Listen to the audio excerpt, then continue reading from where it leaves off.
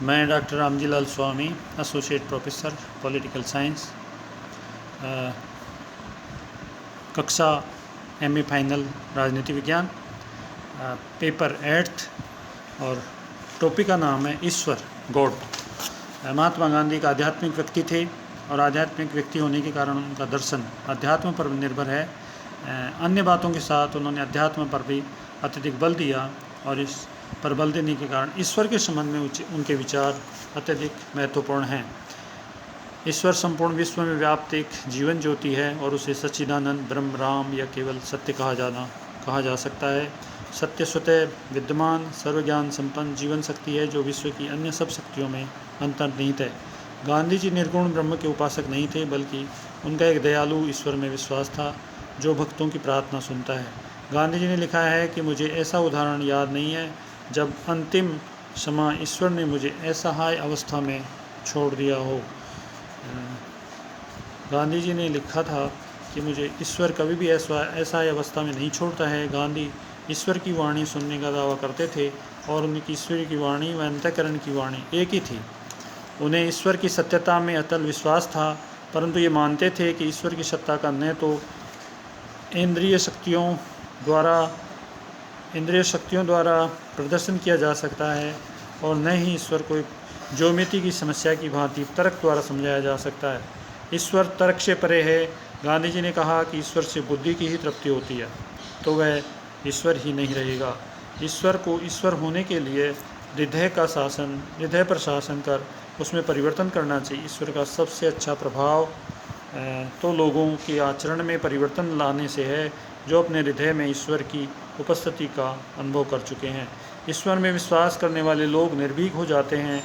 वे सत्य तथा न्याय से प्रेम करते हैं, घृणा, दुर्भावना, लोभ व शक्ति की तृष्णा का त्याग करते हैं। ईश्वर के विषय में गांधी जी ने कहा था कि यह वर्णातीत रहस्यमयी शक्ति ऐसी है कि सर्वव्यापक है। मैं उसे महसूस करता हूँ यद्यपि मैं उसे देख नहीं सकता।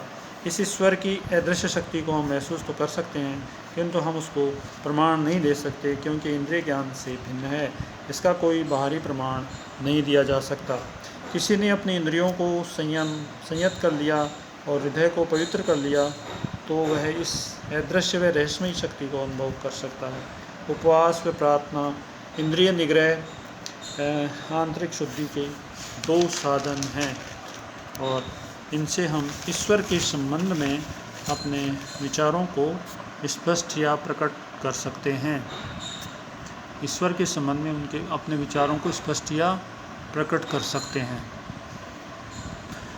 ईश्वर भक्त के हृदय पर शासन करता है। उसे हम प्रेम तथा सत्य के द्वारा प्राप्त कर सकते हैं। ईश्वर एक कल्पना मात्र नहीं है, वह एक सर्वव्यापक सत्य है जिसे शुभ अशुभ प्रत्येक वस्तु निवास करती है, चलती है तथा अपना अस्तित्व रखती है। ईश्वर मनुष्य तथा संसार में अंतर्निहित है। ईश्वर सब जगह अंतर्निहित है, वह संसार में भी है और उससे परे भी है। गांधी ईश्वर को अज्ञेय व अचिंतित कहते हैं।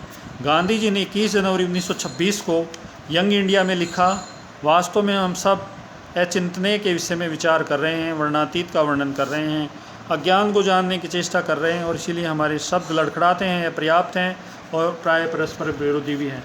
ईश्वर के उनके विचार एक आध्यात्मिक विचार हैं और अध्यात्म के क्षेत्र में उन्होंने जो ज्ञान प्राप्त किया, जो उन्होंने अनुभव किया, उसको ईश्वर के विचारों के रूप में उन्होंने प्रकट किया है। गांधी ने ईश्वर को सत्य, प्रेम, अंतःकरण भी कहा है।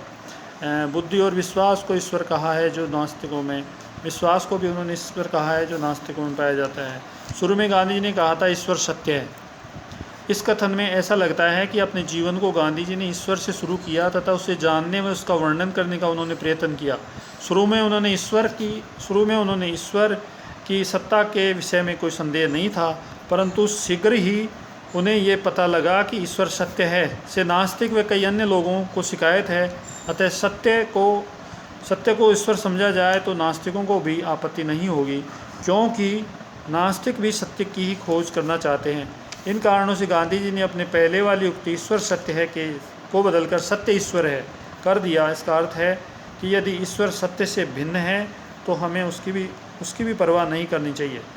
सत्य ईश्वर है को सारी मानव जाति अपना सकती है। इससे वे लोग भी गांधी जी के साथ हो गए जो मानवता को अपना उपास्य देव समझते थे और जिसके लिए वो अपना सर्वस्व न्यौछावर करने को तैयार थे। सत्य से तनिक सा भी डिगना अपने को दैनिक तत्व से अलग कर लेना है और आध्यात्मिक अंश होता है। तो इस प्रकार से उन्होंने ईश्वर के संबंध में जो पुराने विचार, पहले से जो विचार प्रचलित थे, उनको बदल करके नए रूप में उन्होंने ईश्वर के विचारों को प्रकट किया है। ईश्वर को नास्तिकों को भी स्वीकार्य करने योग्य बनाया। ईश्वर को एक सत्य से जोड़ करके उन्होंने इसे एक सार्वभौमिक सिद्धांत बनाने का प्रयास किया है। ईश्वर के बाद उनके विचारों के संबंध में जो मुख्य जो सिद्धांत प्रचलित है वो सत्य के बारे में है। तो अगले वीडियो में सत्य के बारे में अध्ययन किया जाएगा।